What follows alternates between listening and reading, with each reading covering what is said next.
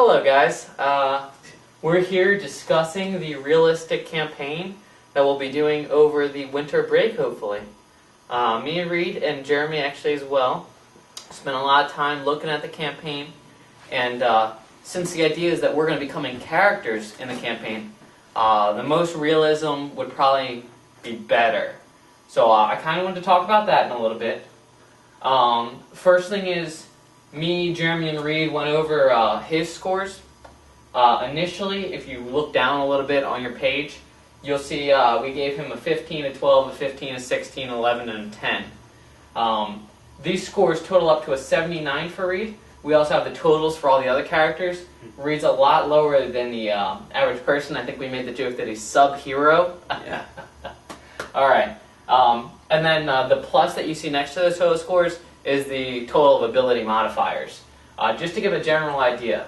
Now, you'll see that we also changed some of your scores and some of my scores. And the idea is me and Reed took a lot of looks in the front of the book.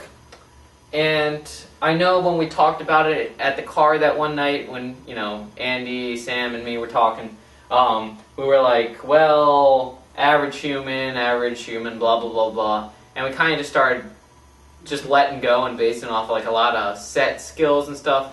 Like if you could run a really long time, then you must have a high con, but that's the endurance feat. Ponies, actually, if you look, just for an example, are underneath here as having a pretty low con. Ponies would be the 12 to 13 range for constitution. And if you think you're much better than a horse in con, well, you just need to think about that for a little bit. They can run really long, though, because they have endurance, and they're not super powerful. Like a light horse has a 14 to 15 constitution, which makes sense because they're a bit bigger. But anyway, this more realistic approach. Reed, if you want to explain exactly what we're going for here, I'll hand it over to you. All right. Well, with the more realistic look, first off, we did Ben's scores and my scores to start out with.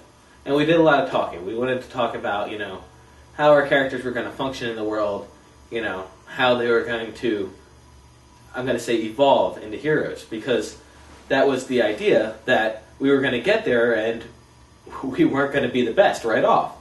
Right. None of us are Obamas in charisma, if you think about it. Therefore, we wanted to cut back the scores a lot. And we didn't want anybody to feel, screwed out of something. We wanted us still to remain balanced. We wanted to make sure everybody had the same relative area of effectiveness. And therefore, we settled on the fact that, okay, we're going to have two primary scores, which are going to get 15s. Again, we didn't want to give ourselves 16s, 17s, or 18s, because we don't feel that we're there yet. We're supposed to be these lesser heroes because we've never done heroing before. Right. We said in America, eat junk food. Maybe go outside, maybe go to the gym and exercise. But we're nothing like the heroes or even the people from the world of D&D. Post or pre-technology, you have to remember. So life is kind of disintegrated a bit.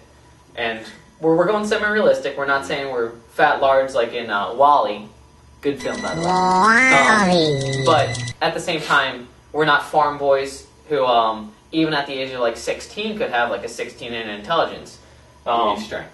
In strength. I'm sorry, in strength. I have a low intelligence score, so we'll keep that in mind. Guess how many times we had to use spell check? Yeah, a lot.